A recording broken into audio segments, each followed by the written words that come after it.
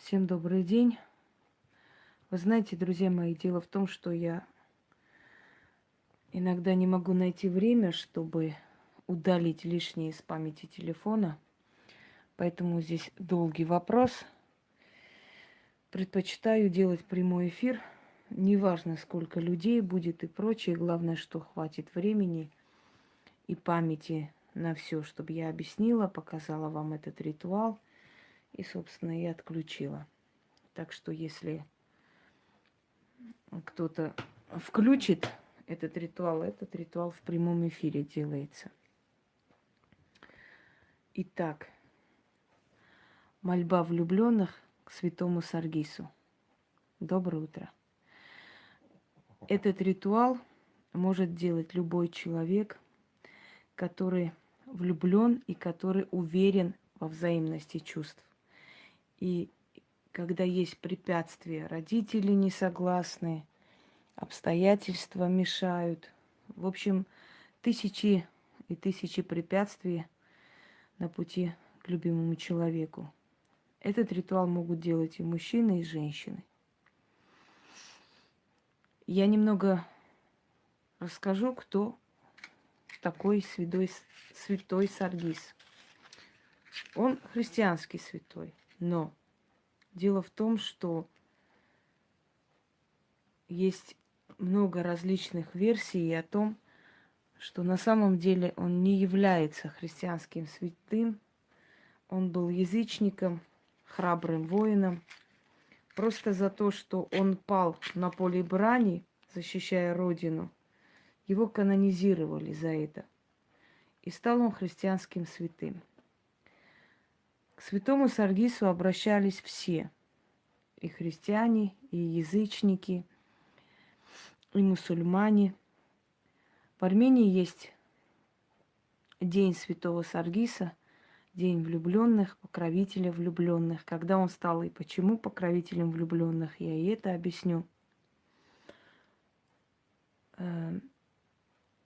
И тайком тюркчанки приходили к храму святого Саргиса, зажигали свечи и просили, молили его соединить их с любимым человеком. И он слышал их мольбу в том числе и соединял их. Он был вначале римским полководцем греческого происхождения. Потом так получилось, что судьба его забросила в Армению. Он обосновался в Армении, создал семью, жил в Армении и, естественно, имел свой княжеский титул. И вот полководец Саргис, выступая против персов, погибает вместе со своим сыном Мартиросом. Имя Мартирос с того времени синоним жертвенности, самоотречения во имя родной земли, во имя народа. Естественно, церковь приукрасила его подвиги во имя веры, христианства. На самом деле его жизнь говорит совершенно об ином. Он был просто воин. Воин, который в решительный момент вышел и защитил народ, среди которого он жил. Имя Саргис это Сергий, в принципе. Итак, но до того, как он пал смертью храбрых, он был человек очень сердечный, человечный. Говорили, что он помогал крестьянам женить детей, дать им приданое, сыграть свадьбу. И однажды он видит девушку, которая на опушке леса стоит одна и плачет. Подходит к ней и спрашивает, в чем дело. Оказывается, что девушка дочь очень богатого человека. И отец не выдает ее замуж за любимого парня, потому что тот был простым крестьянским сыном. Саргис находит священника, забирает их ночью к священнику и тайно венчает их. После этого забирает к себе домой и идет уговаривать отца девушки. Он уговаривает его до утра, и они в конце концов приходят к общему выводу. Саргис выплачивает огромные приданые, отдает ему огромные поместья, и отец соглашается выдать дочь замуж за бедного мальчика. И вот с тех пор, узнав об этом, молодые люди тайком прибирались к его замку и просили его быть посредником, помочь, чтобы соединились влюбленные сердца. Когда он погибает, то влюбленные пребывают в печали, потому что понимают, что их покровитель, их друг и помощник больше не сможет им помочь, а значит, их мечта не осуществится, а значит, любовь не состоится. Но однажды ночью одному человеку, который тоже страдал от любви и не мог соединиться с любимой женщиной, является среди ночи всадник на белом коне. Когда он вглядывается в лицо, он узнает в этом всаднике князя Саргиса. Он ужасается, боится, но тот ему говорит: не бойся, как при жизни я помогал влюбленным, так и после смерти буду вас соединять. И действительно убираются препятствия. И так получается, что эти люди соединяются, женятся и живут счастливо. И с тех пор в Армении начали просить, молить его, приходить к нему с просьбой о соединении влюбленных. Просили и молили его и язычники, и христиане, и мусульмане. И Саргис стал покровителем, всеобщим покровителем влюбленных, который помогал им соединиться. Когда просили его о помощи, то оставляли возле дома, оставляли на подоконнике, где-нибудь в открытой местности или на столе блюдца, либо с сыпучей халвой, либо с сахаром, либо с мукой. И на утро обнаруживали след от копыты. Вы знаете, можно в это верить, можно нет, но моя прабабушка рассказывала мне, мамина бабушка, о святом Саргисе. Мне тогда, наверное, было лет 5, где-то так завороженно слушала о святом, который является на белом коне и помогает влюбленным соединиться. Говорят, что видели его на коне, спавшим вместе с ним сыном. Говорят, что видели его со своей любимой женой, которые приходили то во сне, то наяву и помогали советом, соединяли два любящих сердца.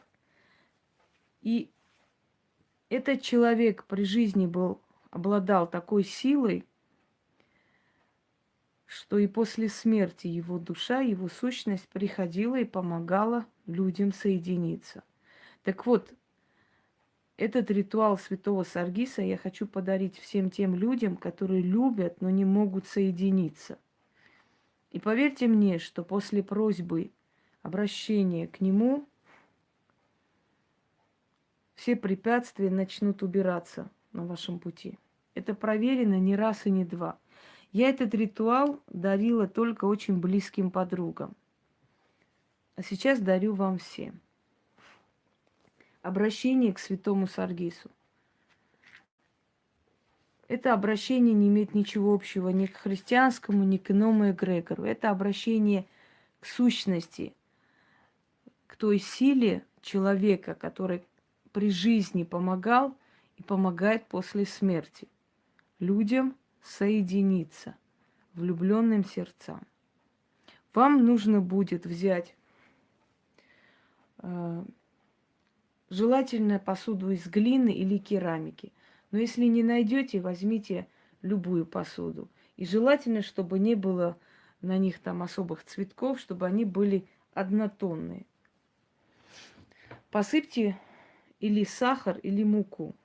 Вот в такую емкость, чтобы была открыта и чтобы как бы было видно. Это нужно оставить на столе. Красное вино, можно Кагор, можно любое другое вино, в принципе. Бокал, вот мед, растворенный в воде, в теплой воде. Да, вовремя. Те люди, которые не могут найти любимого человека, они тоже могут попросить. И не обязательно называть имя любимого человека. И поверьте, что он вам поможет найти любимого человека. Потому что тот человек, который найдется с помощью святого Саргиса, обязательно будет тот, кто принесет вам счастье. Он недостойного к вам не приведет. Итак, это мольба, просьба о соединении влюбленных, когда у вас тысячи препятствий. Есть определенные условия. Люди не должны состоять в браке с другими людьми. Люди не должны просить святого Саргиса разбить семью. Одним словом, люди должны быть уверены, что любовь взаимная, и тогда он придет и вам поможет. Очень может быть, что всадник на белом коне вам приснится. Очень может быть, что вы почувствуете присутствие чьё-то в этот момент. Очень может быть, что какие-то следы вы увидите на муке или на сахаре. Очень может быть. Но в любом случае, как бы там ни было, каким бы образом он себя не проявил, он обязательно вам поможет. Потому что это очень сильный заговор. И он основан на древних поверьях и обращениях. А этим поверьям и обращениям больше 1500 лет. С того времени, как его не стало, князя, военачальника Саргиса. Вам нужно зажечь 2 восковые свечи. Да, он жил в раннем Средневековье. 2 восковые свечи.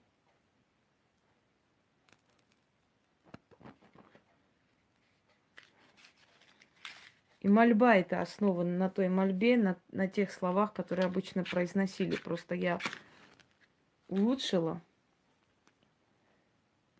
и соединила все воедино с тем, что потом жертвовали, оставляли и так далее. Вино, мед растворимый, растворенный в теплой воде, мука или сахар в определенной емкости. Желательно, чтобы посуда была керамическая или из глины. Желательно одного цвета. Если не найдете, можете использовать, но, по крайней мере, постарайтесь, чтобы это не пестрое было такое, не пестрая посуда. Итак, читать нужно 1 раз. Если, скажем так, потребуется, можно повторить через недели 2 еще раз. Когда вы найдете человека, который вам будет по душе, время от времени берете вино в емкости, мед, растворенный в воде, наливайте туда мед и оставляйте на подоконнике до утра. Утром можете вылить. Это ваша благодарность и это покровительство его, которое будет над вашей семьей и будет все время охранять вашу любовь, чтобы эту любовь не разбили. Итак,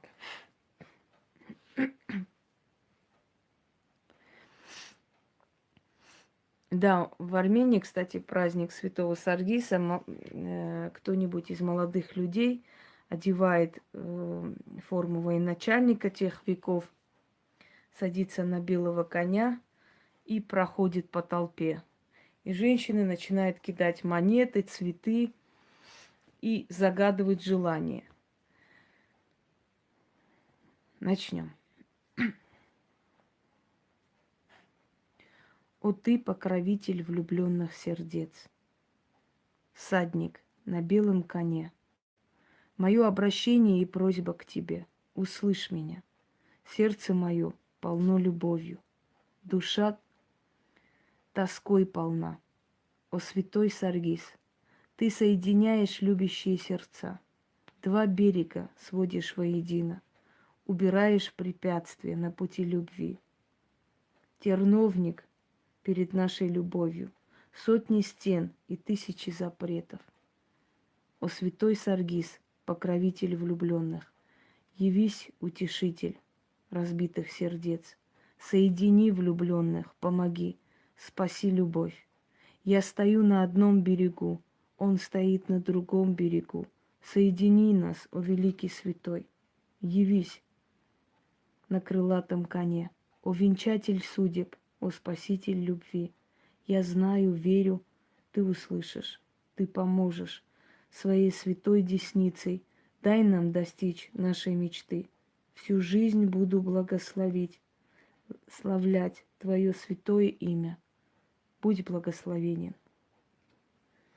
Я стою на одном берегу, он стоит на другом берегу. Соедини наши сердца, наши души, наши судьбы. О святой великий Саргис. Да будет так.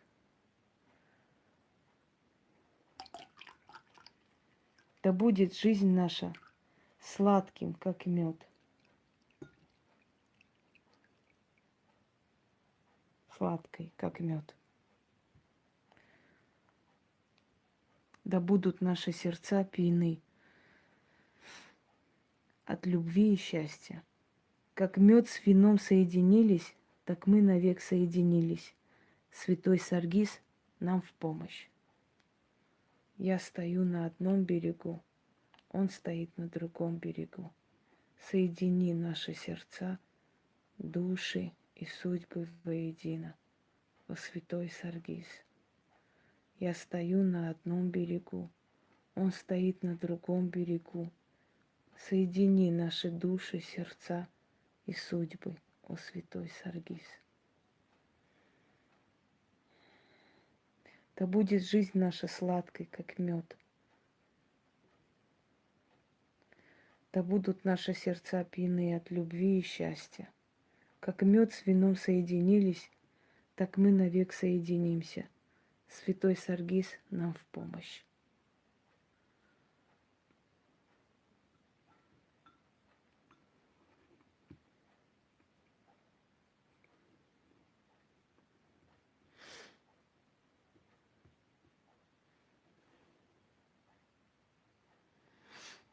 Свечи вместе должны догореть. Все на столе оставляйте до утра, ложитесь спать. Наверняка он приснится, скорее всего. Иногда бывает, что люди видят следы его, то есть копыт от его коня на сахаре или на муке. А может проявиться какие-то узоры, может не проявиться, но самое интересное, что вы соединитесь, и препятствия перед вашей любовью будут убраны. Это произойдет обязательно. Я дарю это всем влюбленным, которые не могут соединиться никак. И дарю я это всем тем, кто ищет свою любовь. И пусть святой Саргис вам поможет стать счастливыми. Всем удачи!